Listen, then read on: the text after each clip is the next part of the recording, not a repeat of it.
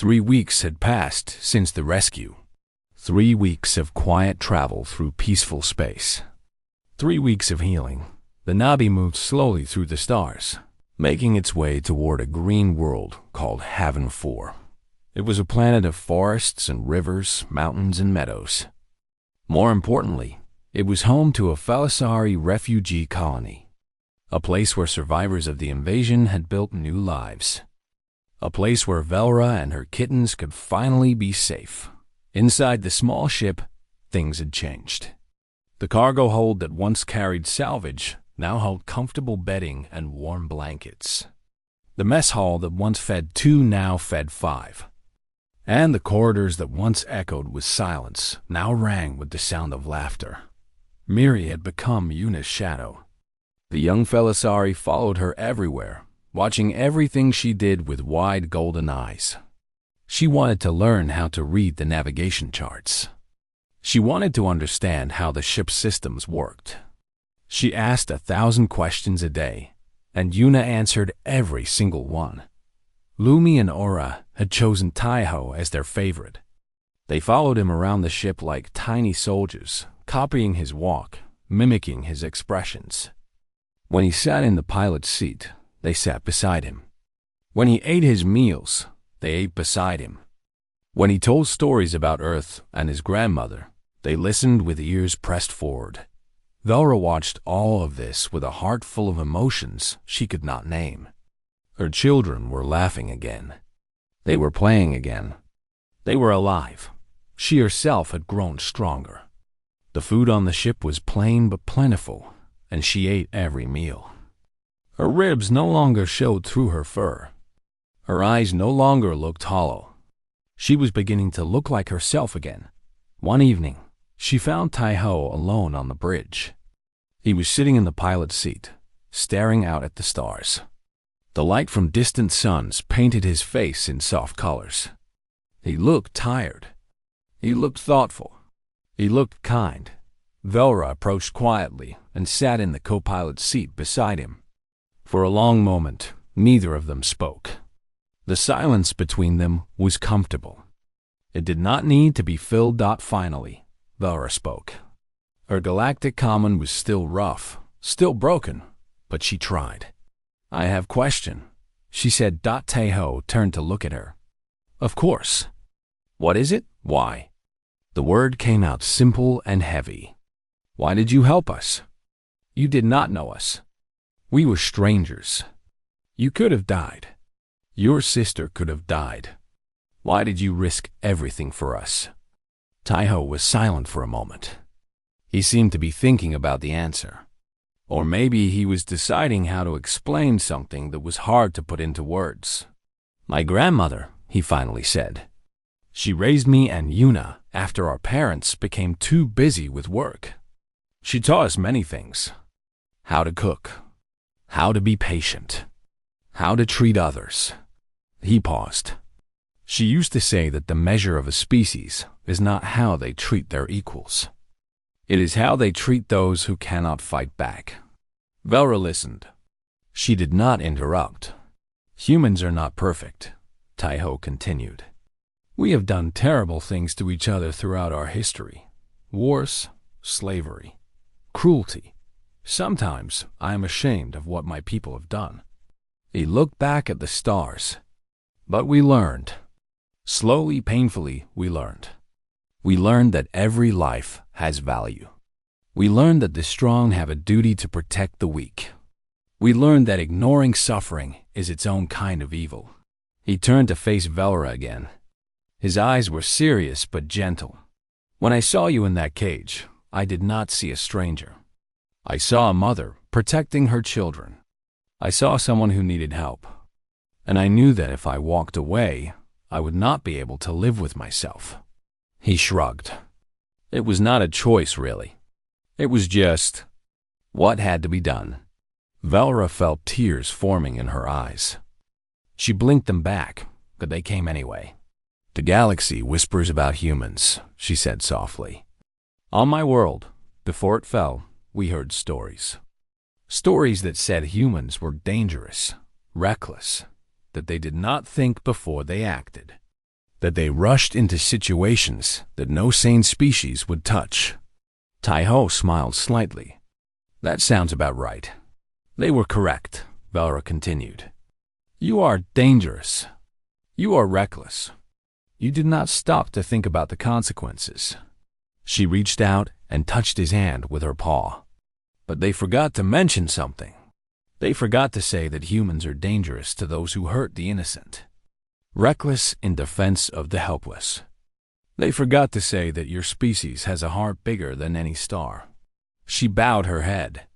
It was a gesture of deep respect among her people. The highest honor one could give. Thank you, she whispered. Thank you for saving my children. Thank you for saving me. I will never forget what you did. My family will tell this story for generations. The story of the humans who came when we had lost all hope. Tai-Ho looked embarrassed. He was not used to such praise. He shifted in his seat and rubbed the back of his neck. You do not need to thank us, he said.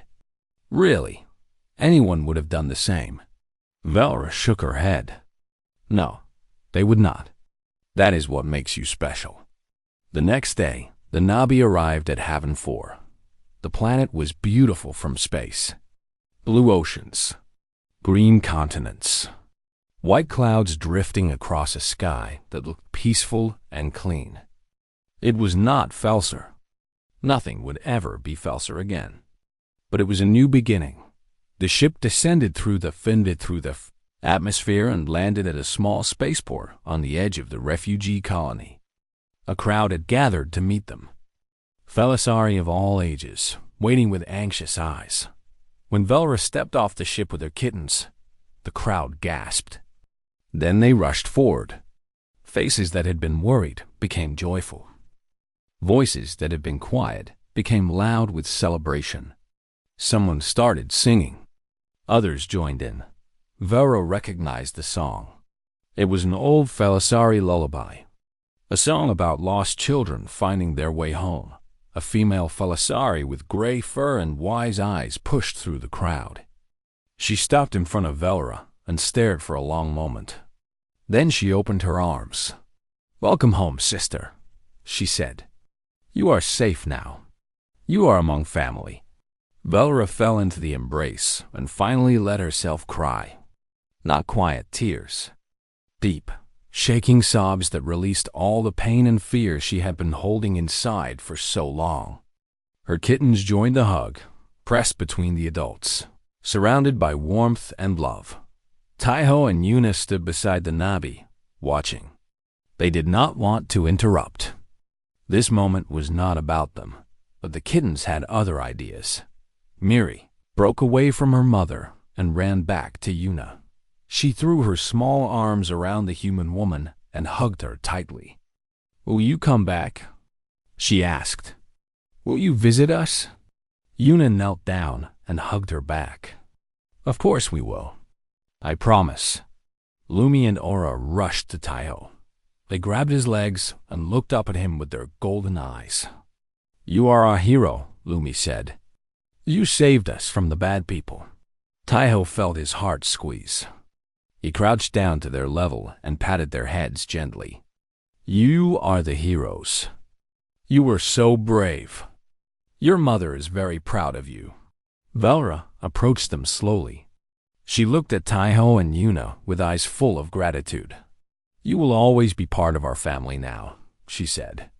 Wherever you go, whatever you do, you have a home here. You have people who love you. Tai-Ho nodded. His throat was too tight for words. As the siblings walked back to the Na'vi and prepared to leave, Yuna paused at the airlock. She looked back at the colony, at the celebrating Felisari, at the kittens still waving at them. You know, she said to Tai-Ho, we did not make any profit on this trip. No salvage. No trade. We spent fuel and supplies for nothing. Tai-Ho laughed. It was a real laugh. The first one since this whole adventure began. No, he said. We made something better. What is that? He looked at the green world below them, at the family they had saved. At the lives, they had changed. A difference, he said. We made a difference. The nabby lifted off and climbed toward the stars. Below, the Felisari watched until the ship disappeared into the sky, and across the galaxy, in taverns and space stations and refugee camps, a new story began to spread. A story about two humans who risked everything to save strangers. A story that reminded the galaxy why humanity was special, not because they were the strongest, not because they were the smartest, but because when they saw someone suffering, they could not look away. They could not walk past. They had to help. That was the human way, and it was beautiful. Taiho kept his face calm. He kept his smile friendly. Inside, his heart was pounding like a war drum, but he showed nothing. That was the key to survival. Never let them see what you are really thinking. Captain Drav led them through the ship, talking about fuel prices and trade goods. Taiho nodded and made sounds of agreement, but his mind was elsewhere. He was counting guards. He was memorizing the layout. He was looking for weaknesses. 12 guards total, he noted. 6 in the main areas. 2 at the engine room.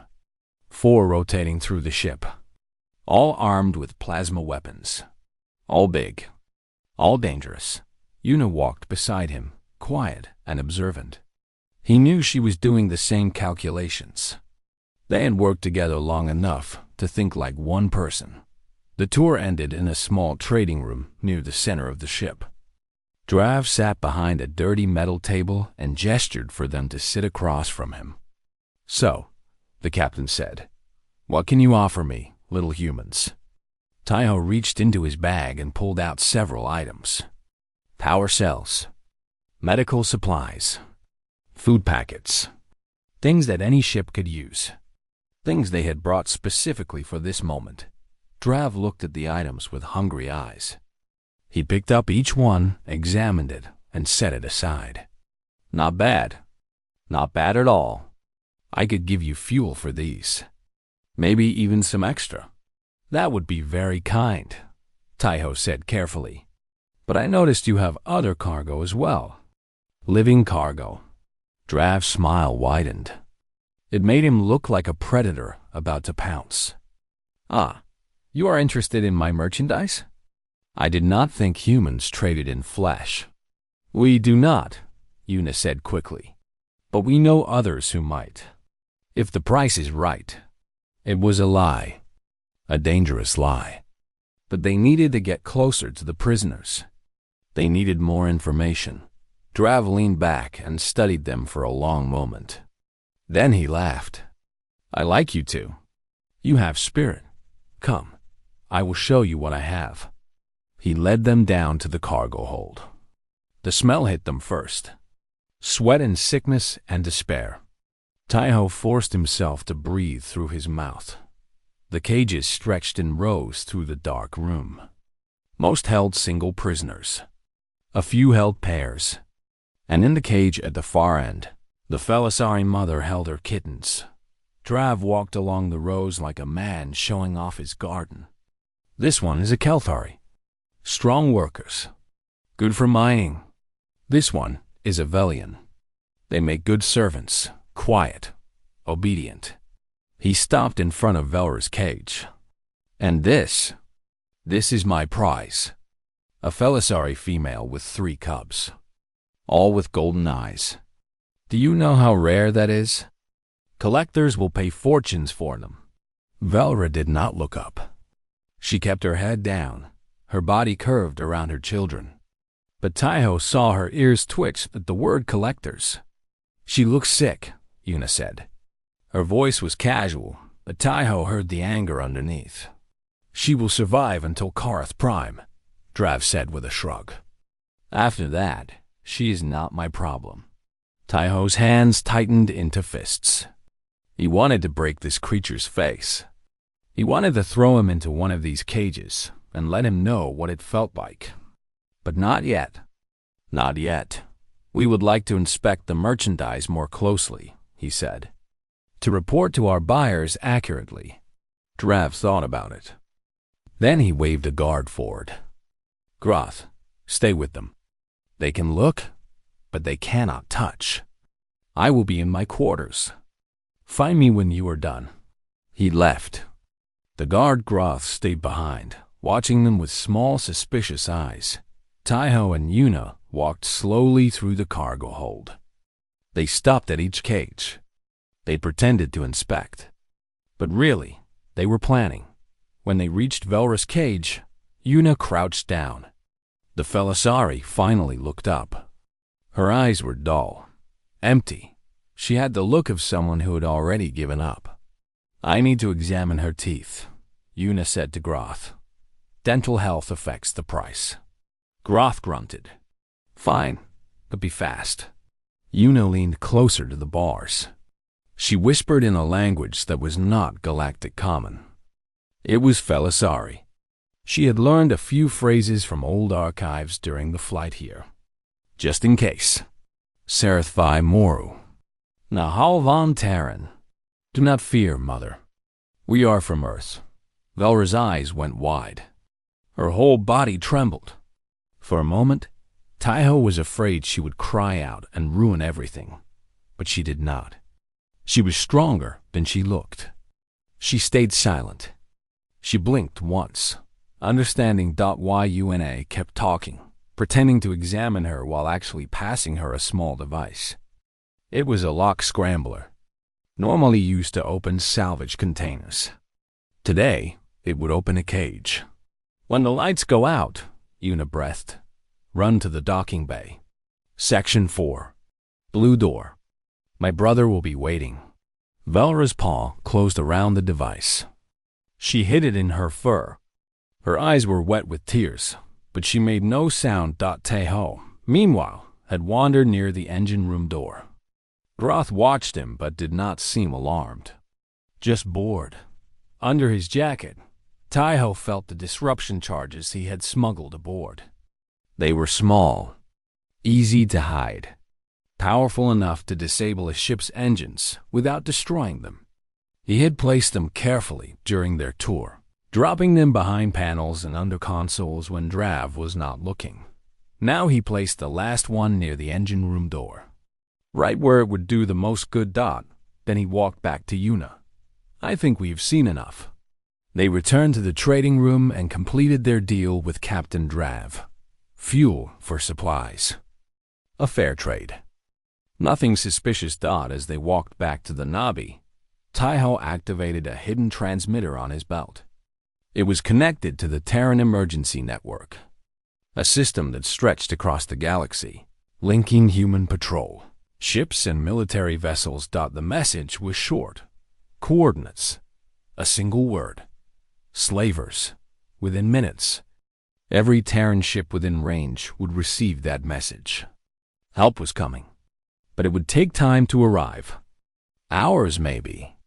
They had to keep the Morvacs busy until then. Back on the Nabi, Yuna locked the door behind them and let out a long breath. That was too close. It worked, Taiho said. That is all that matters. The signal is sent? Sent. Patrol ships should be on their way. Yuna nodded. She was already pulling up ship systems on her console. I am hacking into their communication array. When we trigger the blackout, they will not be able to call for backup. Good. Taiho checked his weapons.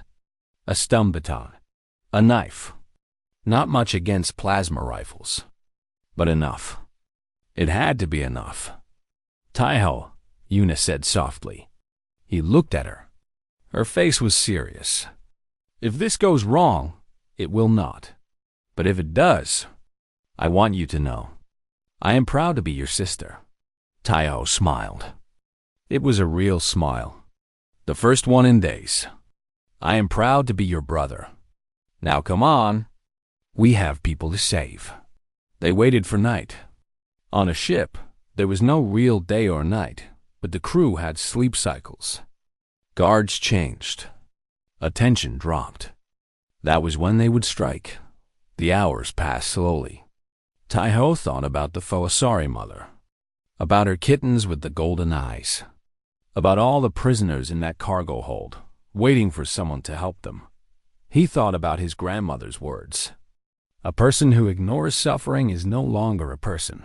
He was not going to ignore this, no matter the cost. When the ship's lights dimmed for the night cycle, Taiho stood up. He looked at Yuna. She looked at him. "Ready?" he asked. "Ready." He pressed the button on his detonator, and the darkness came. The explosion was not loud. It was more of a deep thump that shook the walls and rattled the floors. Then, every light on the slaver ship went dead at once. Total darkness. Total chaos. Emergency alarms screamed through the corridors. Red backup lights flickered on, casting bloody shadows everywhere. Morvac guards shouted at each other in confusion. Footsteps pounded in every direction. Taiho was already moving.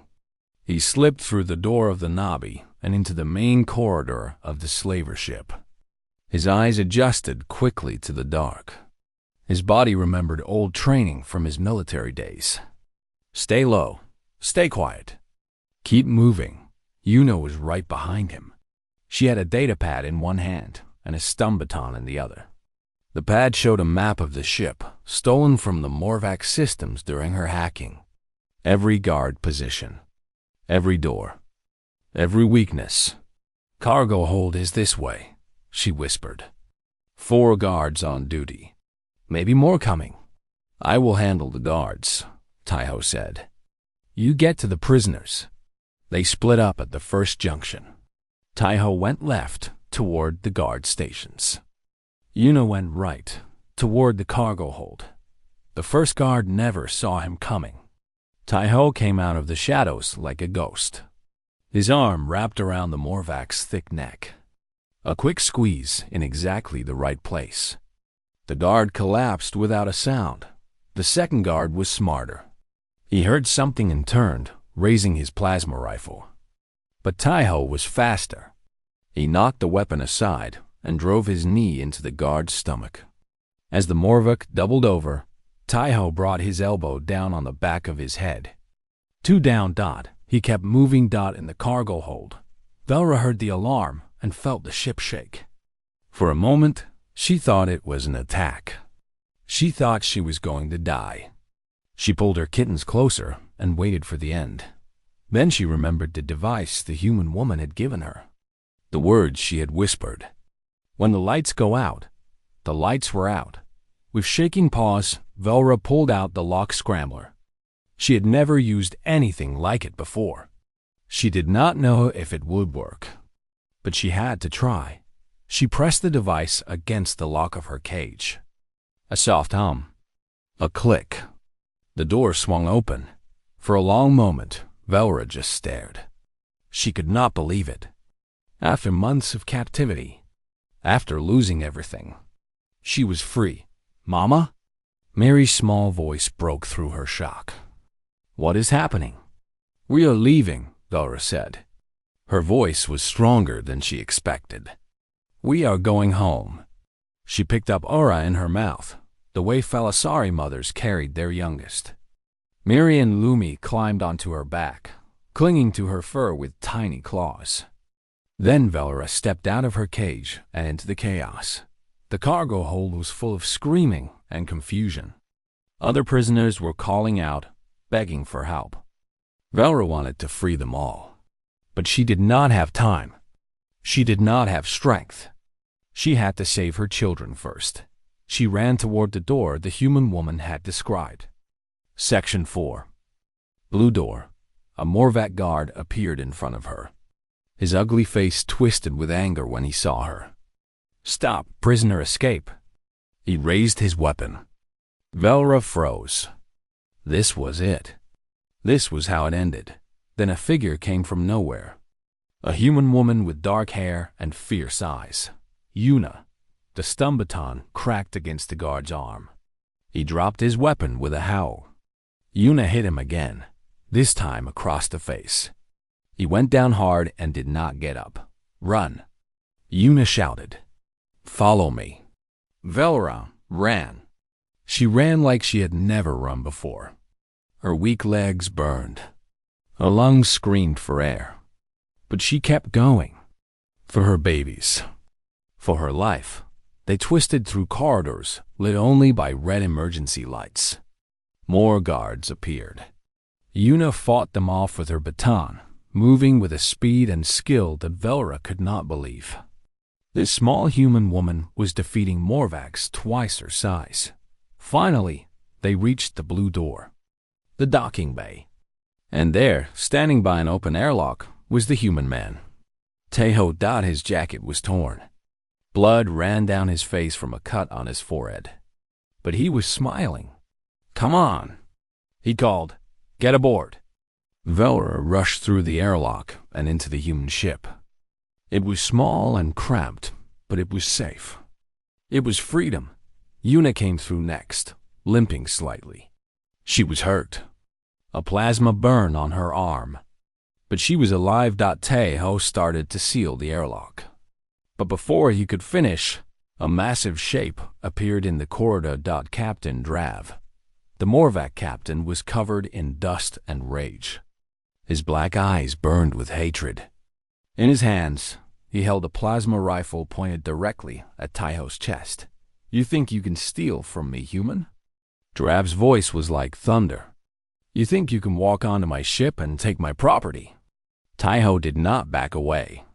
He did not look afraid. He stood in the airlock doorway and faced the monster without flinching. "I am not stealing anything," he said calmly. "I am liberating them." Drav laughed. It was an ugly sound. Liberating? They are slaves. They are animals. They have no rights. They belong to whoever is strong enough to take them. That is where you are wrong. Teho's voice was quiet but firm. Every living being has value. Every life matters. That is something my people learned a long time ago. And we will never forget it. Pretty words, Drav sneered. Let us see if they stop plasma. He pulled the trigger, or tried to. Nothing happened. The rifle was dead. The disruption charges had not only knocked out the lights, they had created an electromagnetic pulse that disabled all electronic weapons on the ship. Drav stared at his useless weapon in disbelief. Teho smiled. Technology. You should really understand it before you rely on it. He pressed a button on the wall. The airlock door slammed shut, separating him from Drav. Through the small window, he could see the Morvac captain screaming and pounding on the door. But it was too late. The Nabi detached from the slaver ship with a metallic groan. Teho ran to the cockpit and threw himself into the pilot's seat. Yuna was already there, her wounded arm wrapped in a quick bandage, her fingers flying over the controls. We have incoming, she shouted. Drav has rerouted power to the ship's weapons. He is trying to shoot us down. The Nabi shuddered as a blast of energy passed close to its hull. Teho pulled hard on the controls, spinning the ship into an evasive pattern. Come on, he muttered. Where are you? As if in answer, space lit up with new arrivals. 3 Terran patrol ships dropped out of faster-than-light travel, their weapons already charging. They were beautiful. They were salvation. The lead ship opened a communication channel. A human voice filled the cockpit. Slaver vessel. This is the Terran Defense Force. Power down your weapons and prepare to be boarded. Any resistance will be met with deadly force. Drav's ship went silent. The weapons powered down. Even a Morvac captain knew when he was beaten. Ho let out a breath he did not know he was holding. They had done it. They had actually done it. Behind him, in the small cargo area of the Nabi, Velra held her kittens and wept. Not from sadness, not from pain, from relief, from joy, from something she had not felt in so long that she had forgotten its name. Hope. The salvage ship Nabi drifted through the empty space of the outer rim. It was a small vessel, old but well-maintained, with a name that meant butterfly in the Korean language of Earth. The ship had seen better days, but it still flew true. That was all that mattered. Inside the cockpit, Kan Taiho leaned back in his pilot's seat and stared at the stars. He was a man of 32 years, with tired eyes and strong hands. His black hair was cut short, and a small scar ran across his left eyebrow from a fight he barely remembered. He wore a simple gray jacket over a worn shirt. He looked like what he was: a working man, a survivor. "Anything on the scanners?" he asked without turning around. Behind him, his younger sister Yuna sat at the navigation console. She was 28, with long dark hair tied back in a practical ponytail. Her fingers moved quickly over the controls. She was smarter than him in every way that mattered, and he knew it. She was the reason their little business still ran. "Nothing yet," she said. "This sector is dead. No wrecks. No abandoned cargo. No anything." Taiho sighed. They had been searching for 3 days now. The outer rim was supposed to be full of opportunities for salvage operators like them. Old ships, lost containers, forgotten stations. But so far, they have found nothing but empty space and disappointment. "We need to find something soon," Yuna continued. "Our fuel is at 40%. Food supplies are low. If we do not score a salvage this week, we will have to head back to port empty-handed." "I know," Taiho said. He did not need the reminder. He felt the weight of their situation every day. They had been doing this work for 5 years now. After their parents died in a factory accident on the colony world where they grew up, Taiho and Yuna had used their small inheritance to buy this ship. They had named it Nabi because their mother loved butterflies. She used to say that butterflies were proof that something small and fragile could still be beautiful. The salvage business was hard, dangerous. Most days, they barely made enough money to keep flying. But it was honest work. It was free work. And it was theirs. Suddenly, a beeping sound filled the cockpit.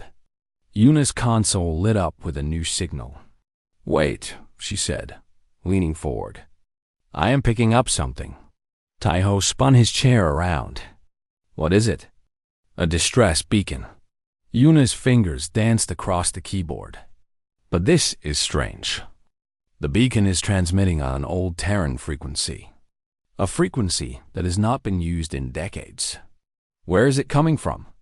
Yuna pulled up a display. A red dot appeared on the map, blinking slowly. "A ship. About 2 hours from our position." She paused. Her face went pale. "Taiho, the ship is Morvac." Taiho felt his stomach tighten. Morvacs. Everyone in the galaxy knew about the Morvacs. Raiders, slavers, killers. 30 years ago, they had attacked human colonies on the edge of Terran space. Thousands had died before the military pushed them back. A truce had been signed, but nobody trusted it. Nobody forgot. "A Morvac ship sending a Terran distress signal," Taiho said slowly. "That does not make sense. Unless someone on that ship is not Morvac," Yuna replied.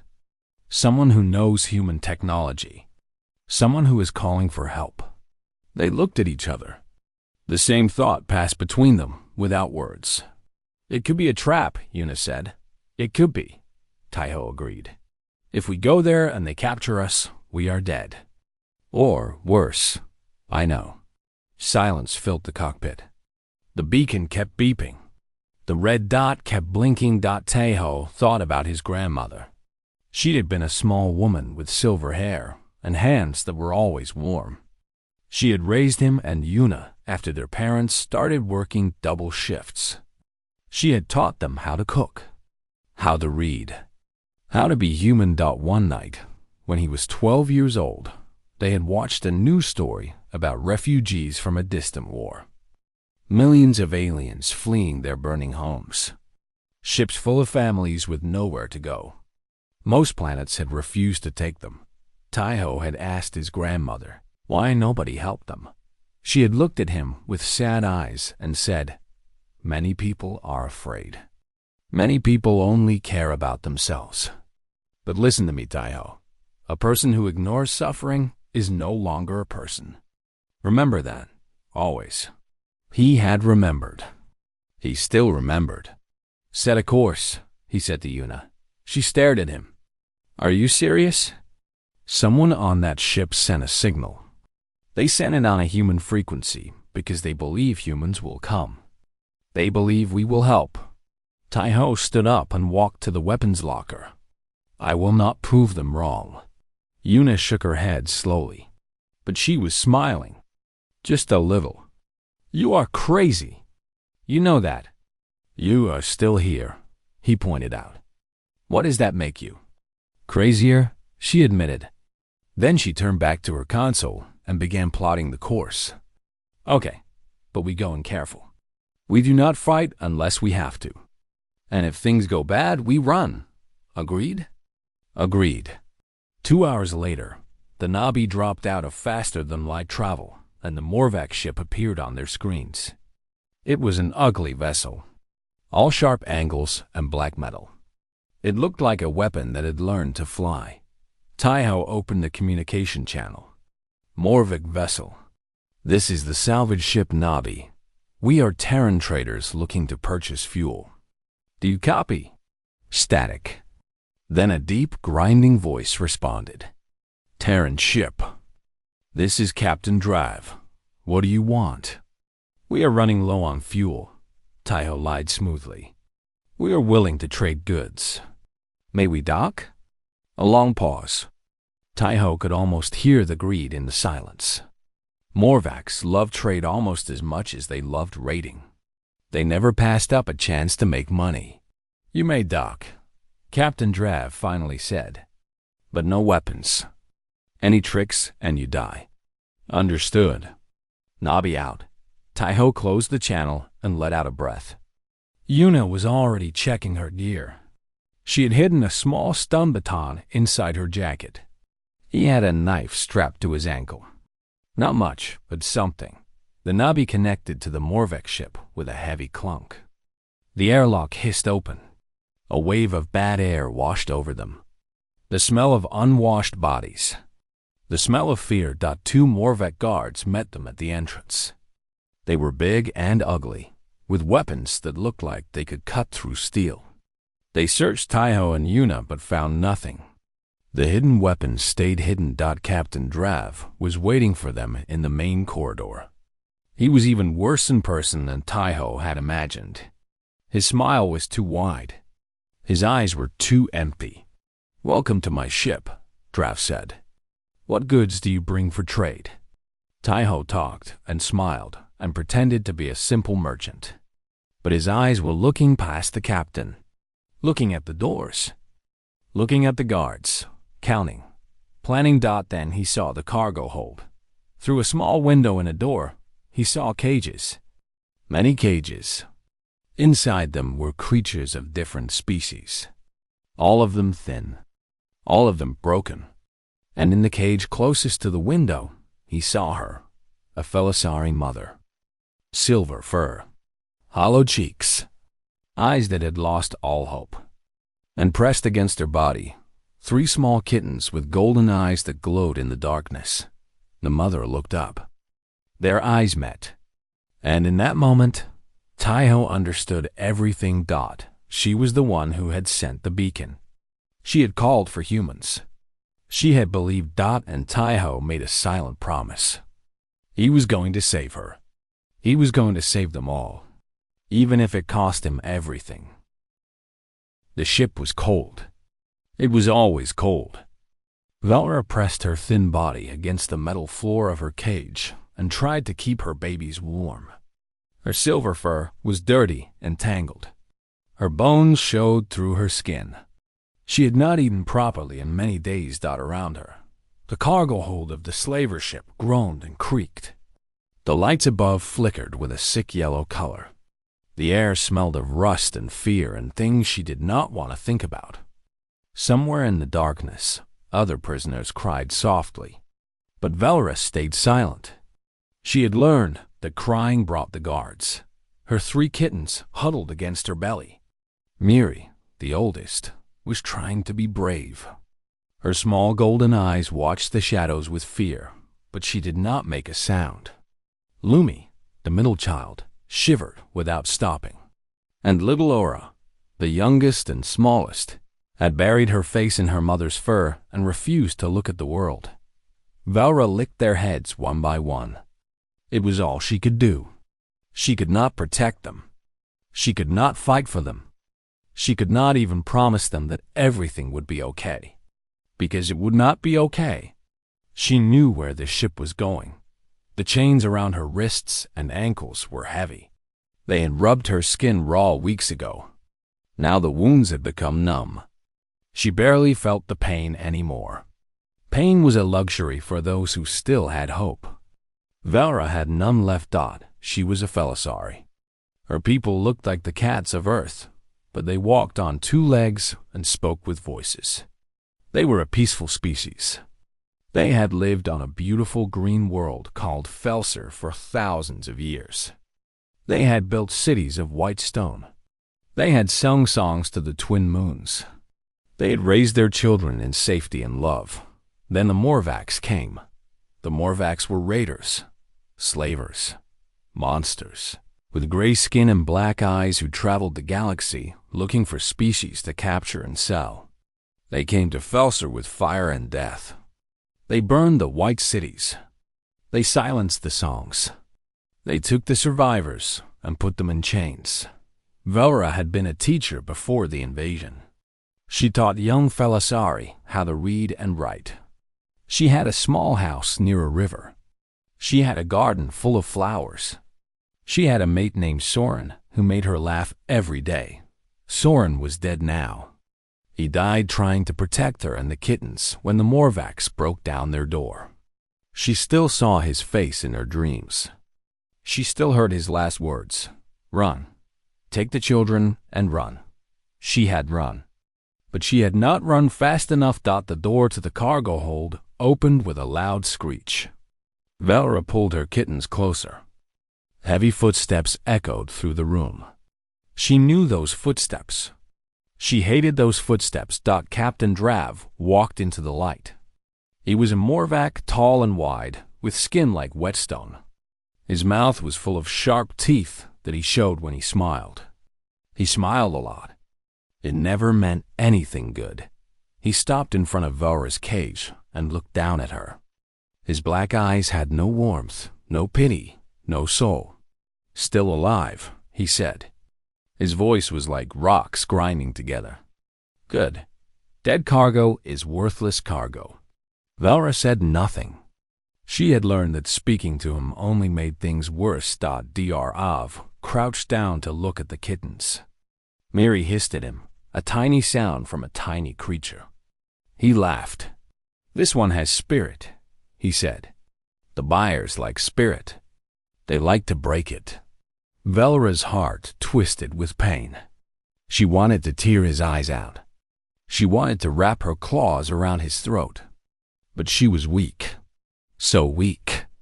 The chains held her down, and hunger had stolen her strength. Drav stood up and looked at a device on his wrist. 3 more days, he announced. 3 more days until we reach Korath Prime. The flesh markets will be very interested in your family, Felisari. Golden eyes are rare. Very rare. Your kittens will make me rich. He walked away, still laughing.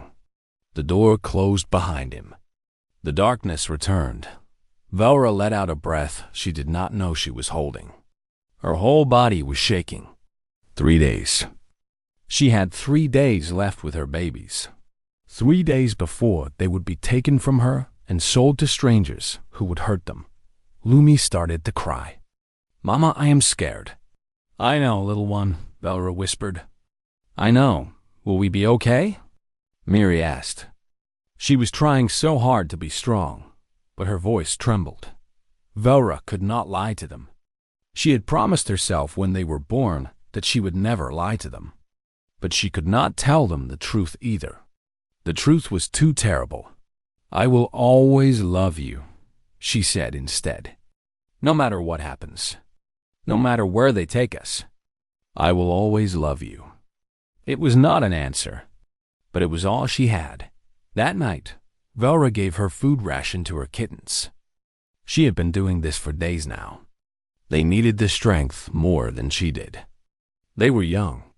They were growing. They deserved a chance. She watched them eat. Mary tried to share with her, pushing the food toward her with a small paw. "Mama, you need to eat too." "I am not hungry," Velra lied. Her stomach screamed with emptiness, but she kept her face calm. When they finished eating, they curled up against her. One by one, they fell asleep. Their small bodies rose and fell with each breath. Their faces relaxed. In sleep, they could escape this nightmare for a few hours. Velra stayed awake. She looked up at the ceiling of her cage and tried to remember the sky of her home world. She tried to remember what sunlight felt like on her fur. She tried to remember happiness. Long ago, her grandmother had told her stories about the old gods of Felser. Gods who watched over the innocent. Gods who punished the wicked. Gods who answered prayers. Velra had stopped believing in those gods when she watched her world burn. What kind of gods would allow such horror? But tonight, with her children sleeping in her arms and death waiting 3 days away, she found herself praying anyway. Not for herself. She had accepted her fate. But for her babies, please, she begged the silence. Please, if anyone is listening, anyone at all, do not let them suffer. Do not let them be alone. Send someone, anyone, send help. The silence did not answer. It never did. Velra closed her eyes. Tears rolled down her face and disappeared into her dirty fur. She held her kittens tighter and waited for the end to come. But somewhere in the vast darkness of space, her prayer was about to be answered. Not by gods, not by angels, but by something the galaxy feared even more: humans.